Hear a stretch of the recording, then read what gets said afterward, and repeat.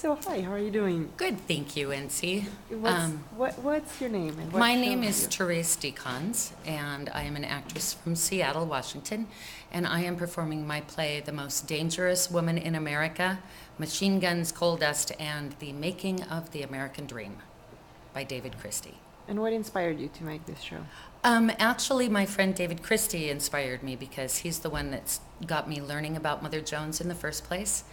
And as we were working on it and putting it together, because he did a lot of the compiling, is when the mine down in West Virginia, in the Upper Big Branch mine, exploded. And it was kind of like, wow, this is a real wake-up call. I had heard a radio interview with a prominent journalist who had just passed away. And he had talked about how he uses his pen to fight. And I went, you know what? Yeah, I can use my art to fight. I can do this. This is what I do well.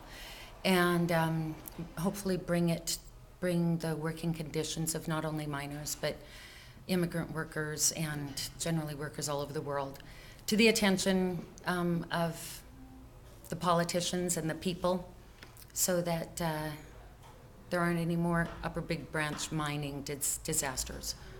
How long have you been doing this? I started this show back in 2000. It was a really different show, and I did it several times. I took it on the road once, and then this particular one, we've just actually been working on this one since, let's see, I guess the end of April, beginning of April, actually, beginning of April. So that's not that long. Is it very different from the original? It is pretty different. It's shorter, because Jonathan said, "Oh no, it's got to be less than an hour." So I went, okay, well let's cut it. And actually, it works really well that we did cut it like that. I think it's just the right length.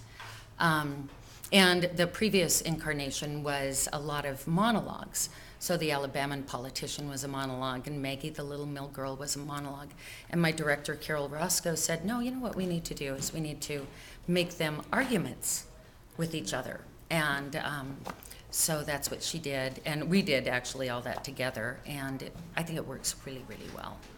How many cities? I mean, you're not local. You're not from Hollywood. No, I'm from Seattle right now. I grew up in Montana. And I've worked down in Texas, and I've done a tour of another show up and down the East Coast, but not this one yet. This one I really do want to start touring around and taking it to camps where maybe they need, we're using it as a fundraiser to raise money for strikers or for, and take it to schools too for education for the kids. Because I know I didn't learn about this stuff when I was in school, Yeah.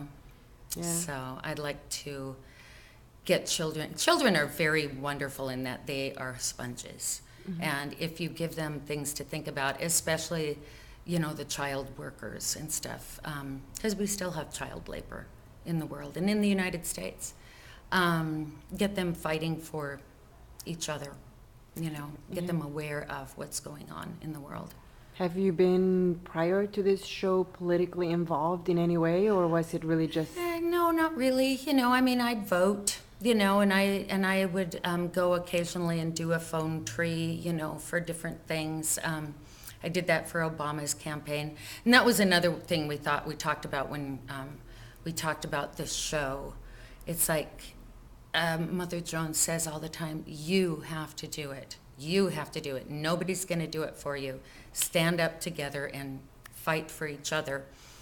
And, it was kind of the message of the Obama campaign, too, was, we have to do it.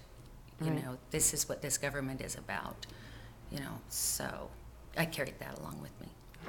Great. And how do you like the audience in Hollywood? Oh, the audiences in Hollywood are great. Small, but that's because it's a first Fringe festival, and I'm sure it's going to be getting better as the years go by. But even a small audience, I have a lot of response from the audience. I can hear them laughing, and sometimes I can even hear people go when they hear something that is particularly disturbing. So it's great. I love it. They're very responsive. I did it up in Seattle, and There were a few audiences that were like that, but generally they're just a little bit more reserved, I think, or Oh. something. So, Interesting. yeah, yeah. Did you get to see any shows at all, or I are you have planning? gotten to see several shows. You know, I've been doing mostly the solo person shows just to see how other people are doing what they're doing. Totally by Kim Lee is wonderful. I saw Eco-Friendly Jihad with AB, and I've seen Rhodey from Wales, and he was doing Burton, and a fellow, I don't remember his name right now, who was doing a story about Cesar Chavez, which I really wanted to see that because of the whole labor movement and stuff too. And then I saw A Great and Wonderful Day, Tales from the American Swamp. And tomorrow I'm hoping to see several more shows after, I guess I have mine at 6, and then there's a couple more shows I'm going to catch. And then I go home back to Seattle. Oh, so you have one more show and that's it? Tomorrow at 6 o'clock here at Theater of Note. Yeah, I only did 4 here and then one at Fringe Central. I have like day jobs in Seattle that I have to get back to. Right. You know, so like every actor. Everywhere, we all work other jobs. That's right. Well, thank you so much for coming down to Hollywood and for joining us and supporting other artists as well in this wonderful first year Hollywood Fringe Festival. Oh, thank you, Ancy. Thanks for the interview. It was really nice. Thank you. Have a great stay. Oh, thank you.